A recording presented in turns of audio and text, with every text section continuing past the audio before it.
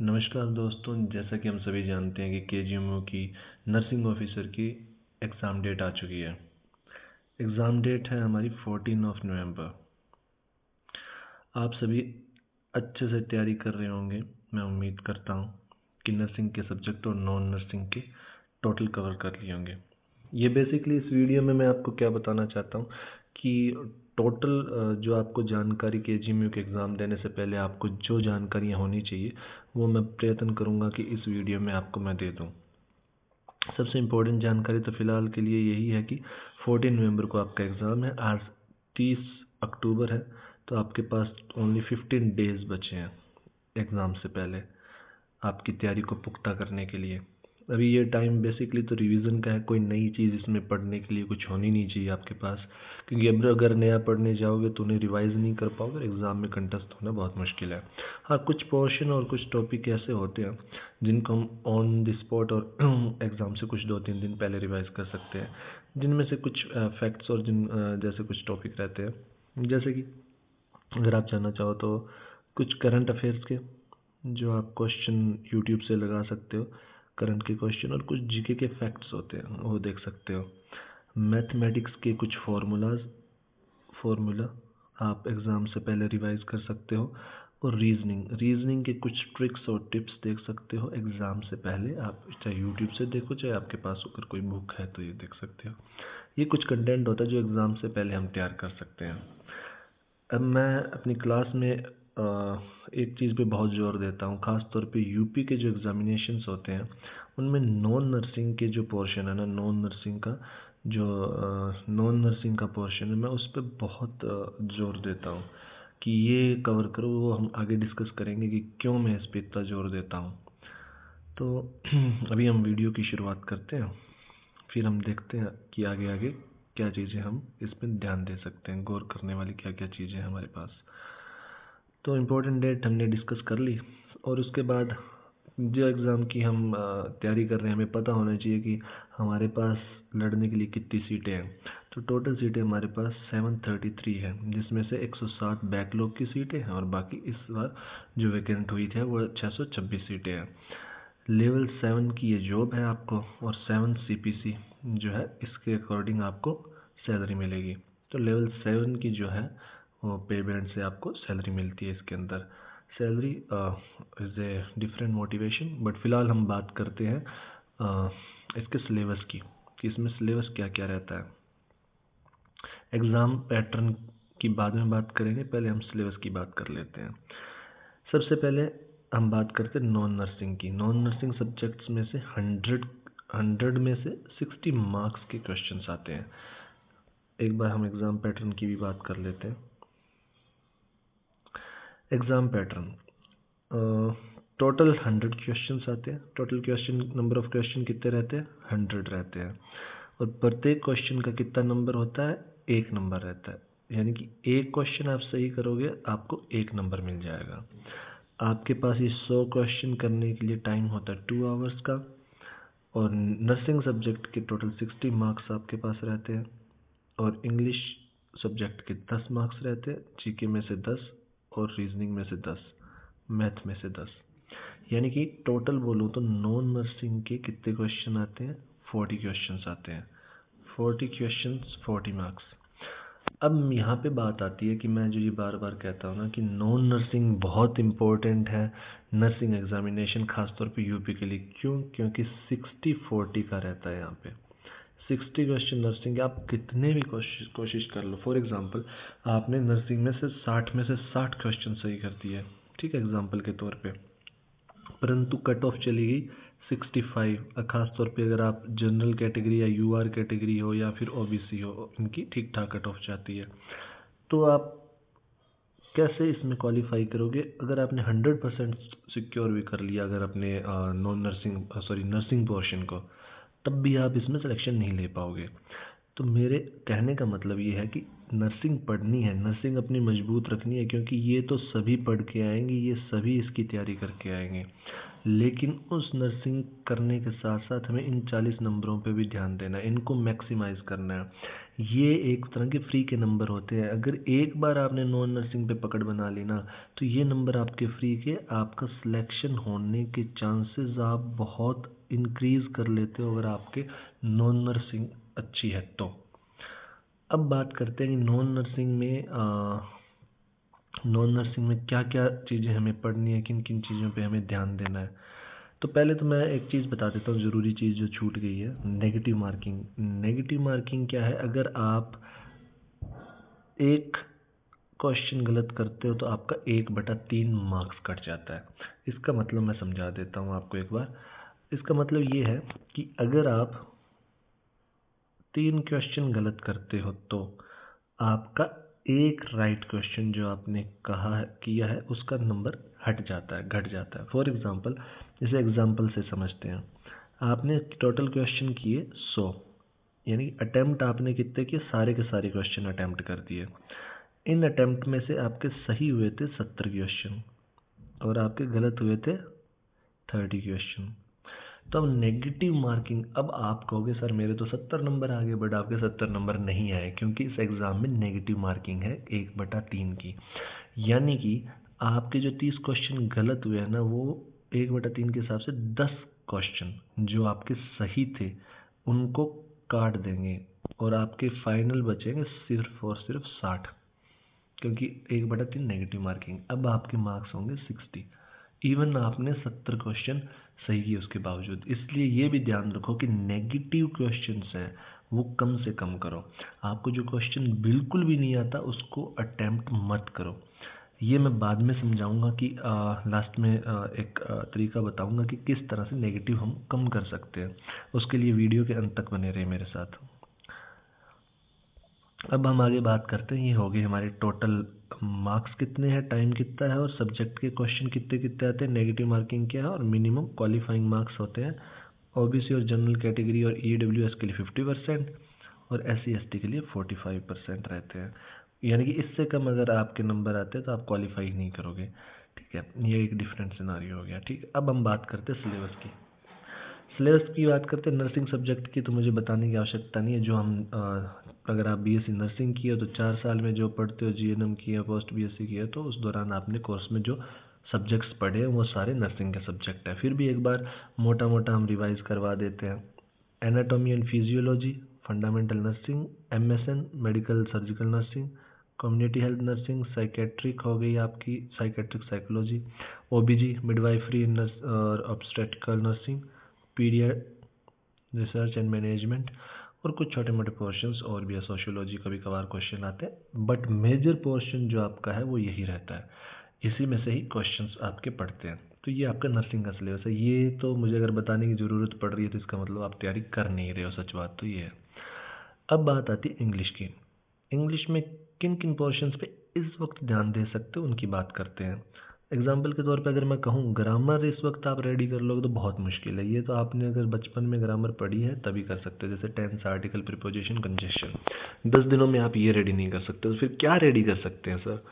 आप कर सकते हो वोकेबलरी, जिसमें सिनोनिम, एंटोनिम और वन वर्ड सब्स्टिट्यूशन आते हैं। ये शॉर्ट है, बार बार पढ़ोगे तो रिवाइज होंगे, प्रैक्टिस हो जाएगी, बहुत आराम से हो जाएंगे।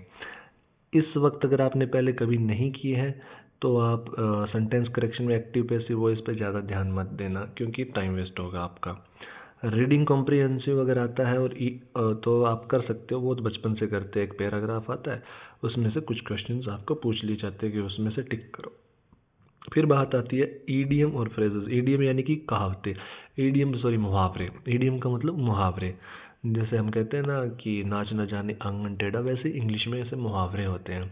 वैसे ही मुहावरे बहुत इजी रहते हैं, आप बार बार पढ़ोगे तो याद हो जाएंगे। तो यानी कि मैं अगर मोटे तौर पे कहूँ तो पढ़ने लायक इस वक्त कम टाइम में आपके पास 2 ही है। ये वोकेबलरी जिसमें आते हैं सिनोनिम, एंटोनिम और वन वर्ड सब्स्टिट्यूशन, और दूसरा है ईडीएम और फ्रेजेस, स्पेलिंग करेक्शन। ये है, इन पे थोड़ी मेहनत करोगे तो आपके 10 में से 5+ क्वेश्चन तो हो ही जाएंगे आराम से, क्योंकि इनमें क्वेश्चन रहते हैं। और ये आप अपने क्या बोलते हैं प्रीवियस नॉलेज से, अगर आपकी इंग्लिश ठीक ठाक है तो कर सकते हो। और इंग्लिश में 5+ स्कोर करना बहुत आसान रहता है, कोई ज़्यादा टफ क्वेश्चन नहीं आते हैं यहाँ से। अब बात करता हूँ मैं अगले की, वो है जनरल नॉलेज।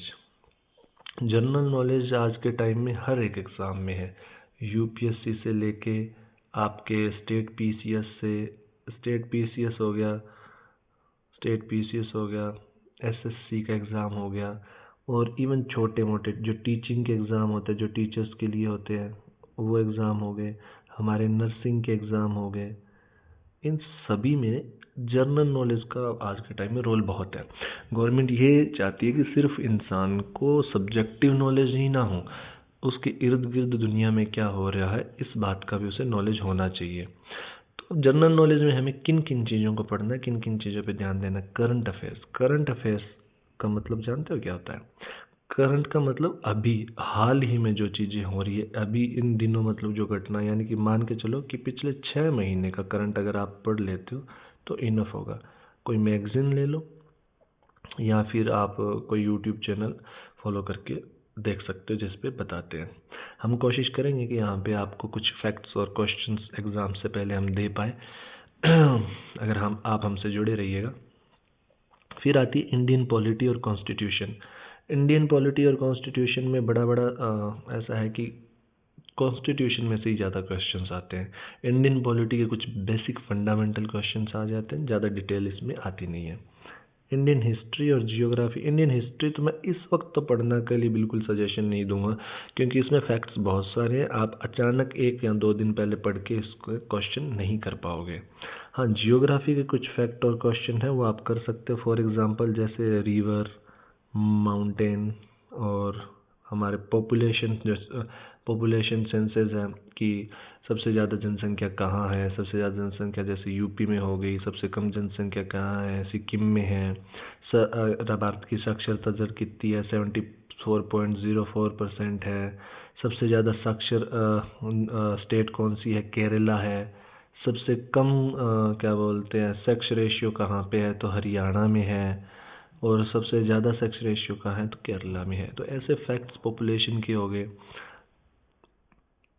आप समझ पा रहे हो मैं कहना क्या चाहता हूँ? कहने का मतलब ये है कि जियोग्राफी के जो नोट्स हैं वो आप पढ़ सकते हो रिवाइज, जैसे सबसे ऊंचा स्थान, सबसे लंबी नदी, सबसे नीचा स्थान, और कुछ और फैक्ट्स। मैं कोशिश करूँगा कि आपको क्लास दे पाऊँ एग्जामिनेशन से पहले इनकी।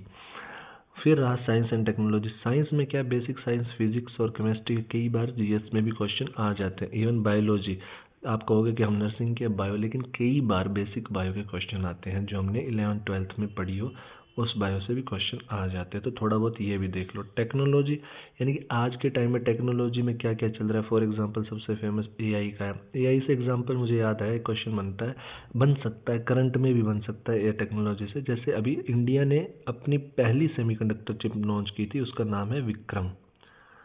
जो इंडिया की पहली सेमीकंडक्टर चिप है, विक्रम नाम है।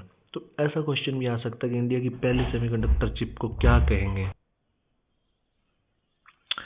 ओके, इतनी दूर आपको मैं उम्मीद करता हूँ समझ में आ गया होगा। अब अगला पॉइंट बचता है हमारे पास, environment, health program and awards and book. देखो, एनवायरनमेंट के बारे में हमने बचपन में पढ़ा था, वैसे ही बातें हैं। जैसे कुछ सम्मेलन होते हैं, कॉप सम्मेलन, और कुछ और जो एनवायरनमेंट के ऊपर जो समिट्स होते हैं, उनको थोड़ा सा गौर से देख लेना। हेल्थ प्रोग्राम्स जो आप पढ़ते हो, कम्युनिटी हेल्थ नर्सिंग में पढ़ते हो, उन्हीं हेल्थ प्रोग्राम्स को थोड़ा देख लेना, और किसी ऐसे हेल्थ प्रोग्राम के अगर नाम चेंज हुआ वो देख लेना। अब बात आती है अवार्ड्स एंड बुक की। कुछ जो आप करंट अफेयर्स पढ़ते हो जो यहाँ पे, उन्हीं के अंदर जो लेटेस्ट में कुछ अवार्ड्स मिलते हैं, जैसे फॉर एग्जांपल कुछ जैसे ऑस्कर अवार्ड हो गया, ऑस्कर का अवार्ड हो गया, नोबेल प्राइज़ हो गया, जो हाल ही में नोबेल प्राइज़, जैसे साइंस में नोबेल प्राइज़ किसको मिला, पीस का नोबेल प्राइज़ किसको मिला, साहित्य का नोबेल प्राइज़ किसको मिला, वो अवार्ड्स देख लेना। कुछ नोबेल प्राइज़ स्पोर्ट्स के, सॉरी नोबेल प्राइज़ नहीं, कुछ प्राइजेस, कुछ अवार्ड स्पोर्ट्स में मिलते हैं, जैसे खेल रत्न पुरस्कार, अर्जुन अवार्ड, वो किसको मिले वो देख सकते हो। कुछ ऐसी बुक्स होती है जो चर्चा में रहती है, उन बुक्स के नाम और उनके राइटर्स के नाम, ये भी आप देख लेना। ये भी एक अच्छा टॉपिक रहता है एग्जामिनेशंस के लिए। ये सब आपके करंट अफेयर्स की कोई भी एक अच्छी किताब उसमें आपको मिल जाएगा। जैसे क्रॉनिकल है, क्रॉनिकल की किताब आती है, क्रोनोलॉजी आती है, दृष्टि होगी, विजन होगी, और आपके लोकल यूपी में भी काफ़ी बुक्स आती होगी। ये रहा हमारा जनरल नॉलेज का। अब मेरा फेवरेट सब्जेक्ट आता है। मुझे ऐसे लगता है कि रीजनिंग एक प्रकार का, ऐसे मान लो कि आपको फ्री के नंबर देती है। क्या देती है? फ्री के नंबर। कैसे देती है फ्री के नंबर? ये आपको चीज़ें क्वेश्चन में ही उत्तर बता देती है, बस आपको ढूंढना होता है उसका आंसर। मैं कोशिश करूँगा कि मोटे मोटे जो इम्पोर्टेंट टॉपिक्स है उनके आपको वीडियोस एग्ज़ाम से पहले दे दूँ। हम क्वेश्चंस देखेंगे, सॉल्व करेंगे, ताकि आप इसके लिए ना चैनल को रेगुलर फॉलो करते रहिएगा, ताकि आपको क्वेश्चंस आपको मिलते रहें। वीडियो देखते रहिएगा। मैं प्रयत्न करूँगा कि यहाँ लिखे हुए लगभग सभी टॉपिक कवर करवा दूँ, सभी नहीं तो एटलीस्ट इम्पोर्टेंट जिनमें से अच्छे क्वेश्चन बनते हैं वो तो कवर करवा ही दूँ। अब बात आती है, मैं कह रहा था कि फ्री के नंबर है। फ्री के नंबर कैसे, मैं बताता हूँ। वर्बल और नॉन वर्बल का मतलब होता है कि एक तो हमें कोई बात बताता है ना कि ऐसे ऐसे ऐसे है, जैसे कि ब्लड रिलेशन बताता है कि ये चीज़ ऐसे है, ये चीज़ ऐसे, डायरेक्शन में बताता है कि ये चीज़ ऐसे ऐसे, तो जिनमें जो क्वेश्चन है हमें समझाता है कह के, वो सारे वर्बल वाले हो गए। नॉन वर्बल होते हैं जैसे नंबर सीरीज होगी, जिसमें बोलता नहीं है, लिख देता है, एक सीरीज बना देता है आपको, फिर बताता है, कहता है कि आगे इसमें क्या होगा। वो सारे किसके हो गए? नॉन वर्बल के हो गए, सॉरी हाँ नॉन वर्बल के हो गए। कुछ इमेज दे दी, इसकी मिरर इमेज पूछ ली कि इसकी मिरर इमेज क्या होगी, इस इमेज की मिरर इमेज क्या होगी, ये सारे किसमें? नॉन वर्बल में आते हैं। और अभी एक बार थोड़ा मोटा मोटा देखते हैं कि है क्या। कोडिंग, डिकोडिंग, ब्लड रिलेशन और series, syllogism, analogy, classification, logical Venn diagram, direction and puzzle test, ये सारे हम कवर कर लेंगे। क्लासिफिकेशन तो ऐसे हो गया कि चार चीज़ें आपको दी जाएगी, उसमें से बताएंगे कि ऑड वन कौन सा है, उसको हटाओ। ऑड वन आउट भी बोल देते हैं इसको, ऑड वन आउट, ठीक है। और एनालॉजी यानी कि दो चीज़ों में संबंध बताएंगे, और तीसरी चीज़ का पूछ लेंगे। फॉर एग्जांपल आपको पूछेंगे कि बुक और लाइब्रेरी, ठीक है, ये पूछेंगे। और यहाँ पे पूछ लेंगे एग्जांपल के तौर पे मिल्क, तो यहाँ पे क्या आएगा बताओ। आपको चार ऑप्शन नीचे दे दिए जाएंगे, उसका आंसर बताओ। क्योंकि हमें पता है कि बुक्स कहाँ रखी जाती है? लाइब्रेरी में। तो मिल्क कहाँ रहता है? डेयरी में। तो इसका उत्तर हो जाएगा डेयरी। तो ये हो गया हमारा एनालॉजी का, यानी कि दोनों में समानता ढूंढो। Logical Venn diagram, Venn diagrams होते हैं, ये हम सब करेंगे क्वेश्चंस। वेन ऐसे है ना, सर्किल्स दिए होंगे, चीज़ें उनमें अलग अलग ग्रुप्स बताएंगे, इनमें आपस में रिलेशंस पूछ लिया जाएगा। फॉर एग्जांपल ऐसा सर्किल है, इसका मतलब ये है कि इन दोनों चीज़ों में यहाँ पे कुछ ऐसे कुछ पॉइंट है जो कॉमन रहते हैं। एग्जांपल के तौर पे मैं बताता हूँ आपको, जैसे ये है महिलाएं, और ये है टीचर, और ये है डॉक्टर। ये कौन हो गए? वुमेन्स है, ये टीचर है, और ये डॉक्टर्स है। ओके, तो यानी कि ये वाला हिस्सा रिप्रेजेंट कर रहा है कि कुछ महिलाएं हैं ना वो टीचर है, और कुछ महिलाएं हैं वो डॉक्टर है, कुछ महिलाएं कुछ भी नहीं है। और ये बाकी बचा हुआ क्वेश्चन क्या है? ये महिलाएं नहीं है, क्योंकि कुछ पुरुष भी तो टीचर होते हैं और कुछ पुरुष डॉक्टर भी तो होते हैं, तो सभी वो नहीं हो सकते हैं। तो ये ऐसे ऐसे होते हैं जो आपस में क्या बोलते हैं, ये हमें ये बताते हैं कि आपस में इन तीनों के रिलेशन क्या क्या है। ये हमें किससे मिलता है? लॉजिकल वेन डायग्राम में मिलता है, ठीक है। और डायरेक्शन का हो गया, डायरेक्शन में ऐसे क्वेश्चन देखे होंगे, जैसे ये दिशा होगी नॉर्थ, साउथ, ईस्ट, वेस्ट, ये बेसिक मान लो, ये हम क्वेश्चन करेंगे तब बताएंगे आपको। ये दिशाएं मान ली दिशा फॉर एक बार इसको वाइट पेज पे लेके जाते हैं, ठीक है। आपको बोल दिया कि एक एक्स पॉइंट पे आप खड़े थे, आप उस एक्स पॉइंट से करीबन करीबन ईस्ट दिशा में ईस्ट दिशा में 10 कदम चले। कितने? 10 स्टेप्स चल गए, ठीक है, 10 स्टेप्स चले।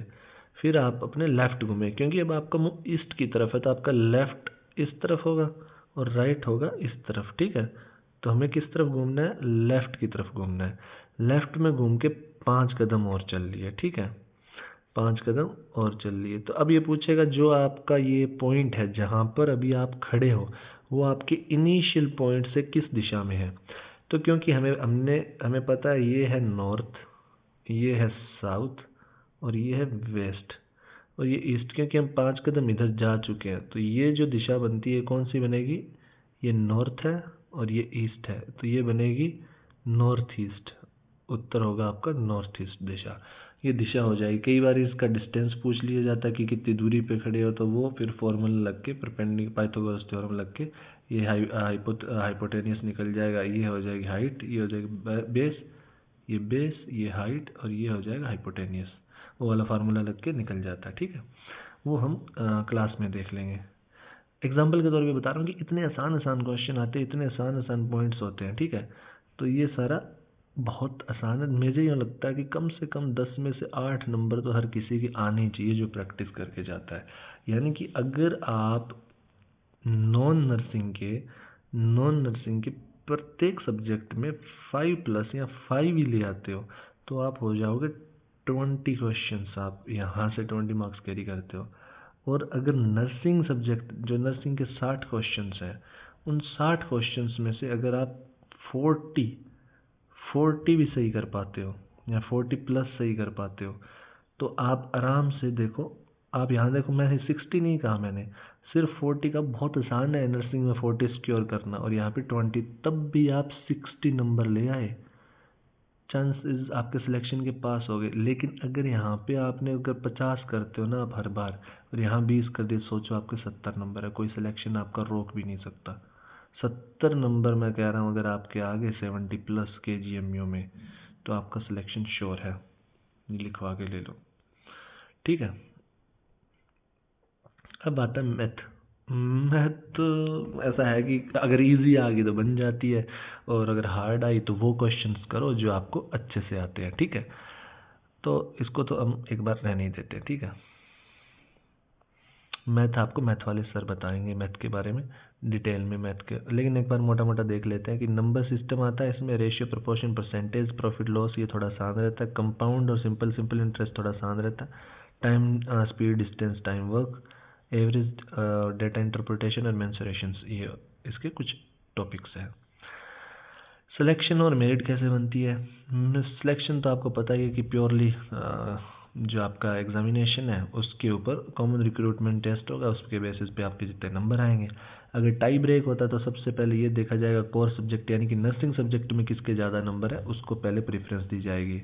फिर अगर उसमें भी सब दोनों के कॉमन अगर मार्क्स आ गए, दोनों के सेम आ गए, नर्सिंग में भी सेम आ गए, तब देखेंगे कि गलत किसने कम किए थे।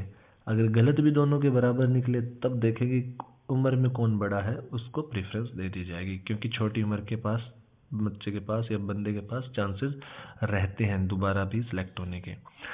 एडमिट कार्ड रिजल्ट, इसके आपको जानकारी KGMU की साइट पे मिलेगी। रिजल्ट एग्ज़ाम होने के कुछ दिनों के अंदर आपको मिल जाएगा। जैसे ही आपका सिलेक्शन होगा, आपको डॉक्यूमेंट और बायोमेट्रिक वेरिफिकेशन के लिए बुला लिया जाएगा और आपको ज्वाइनिंग दे दी जाएगी। और अब हम बात कर लेते हैं उस बात की जो मैंने शुरू में आपको कही थी कि कि कैसे हम अपना नेगेटिव मार्किंग कम कर सकते हैं। अब मैं आपको बताता हूँ। एक प्रश्न है आपके सामने है, कोई भी एक्स प्रश्न है, उसमें आपके पास 4 ऑप्शन है, ठीक है। अब कई बार तो होता है कि हमें शॉर्ट पता होता है वो क्वेश्चन तो करना, वो तो कोई छोड़ेगा ही नहीं। कई बार क्या होता है, हमें प्रश्न से रिलेटेड कोई भी जानकारी होती ही नहीं है, ठीक है। हम फिर भी क्या करते हैं, तुक्के मारते हैं, तो वो तो करना ही नहीं है, उसको तो छोड़ दो। अगर आप देखो कि मुझे इसके बारे में, इस प्रश्न से जो चीज़ पूछी जा रही है उसके बारे में कुछ बेसिक पता है, अगर मुझे कुछ बेसिक पता है तो वो क्वेश्चन आप अटेम्प्ट करने की कोशिश करो। अगर आपको बेसिक नहीं पता है तो उस क्वेश्चन को बिना सोचे समझे उस क्वेश्चन को क्या कर दो, छोड़ दो। अब पूछोगे कि सर फिर सारे क्वेश्चन तो हमें एग्ज़ाम में नहीं आते, फिर हम कैसे मैनेज करें सर सारे क्वेश्चन? उस परिस्थिति में करना क्या है, मैं आपको बताता हूँ। ऐसे बोलते हैं, आपने कभी सुना होगा, किसी वीडियो में आपने देखा भी होगा, इसको बोलते हैं एलिमिनेशन मेथड। एलिमिनेशन मेथड बोलते हैं। क्या बोलते हैं? एलिमिनेशन का मतलब होता है चीज़ों को हटाना, एलिमिनेट करना, ठीक है। एलिमिनेशन मेथड को कैसे इस्तेमाल करना है? एलिमिनेशन मेथड को इस्तेमाल करने का तरीका हम देखते हैं, ठीक है।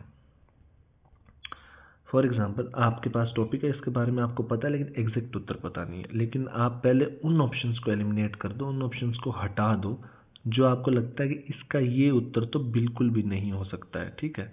उन ऑप्शन, जैसे आपको लगा कि इसका ये उत्तर नहीं हो सकता और इसका ये उत्तर नहीं हो सकता, इन दोनों को हटा दो।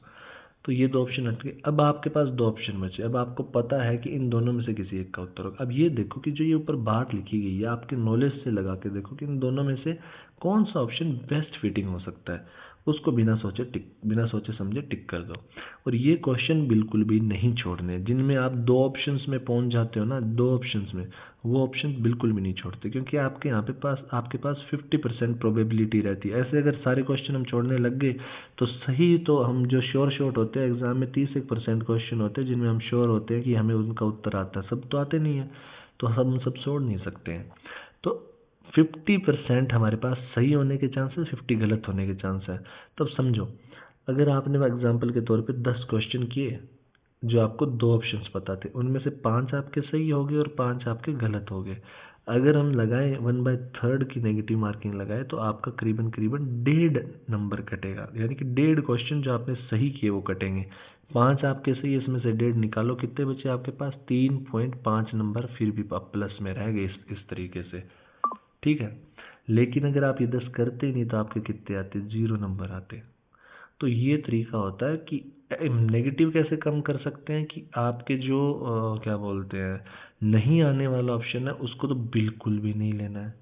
हाँ, जो आपको पता होगा कि मुझे ये क्वेश्चन आता है कि नहीं आता, और 2 तक पहुंचने की जिम्मेदारी आपकी, उसके लिए तो पढ़ाई करनी पड़ेगी, तभी हो पाएगा, ठीक है।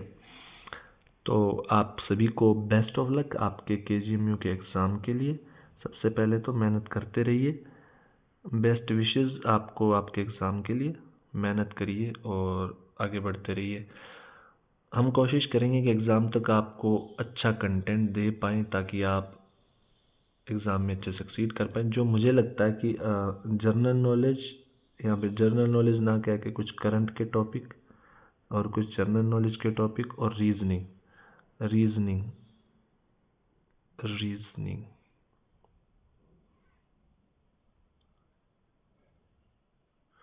रीजनिंग में करवाने की आपको कोशिश करूँगा, और बाकी बचे हुए जो टॉपिक्स हैं उनको भी हम फॉलो अप करने की कोशिश करेंगे। Thank you so much class देखने के लिए।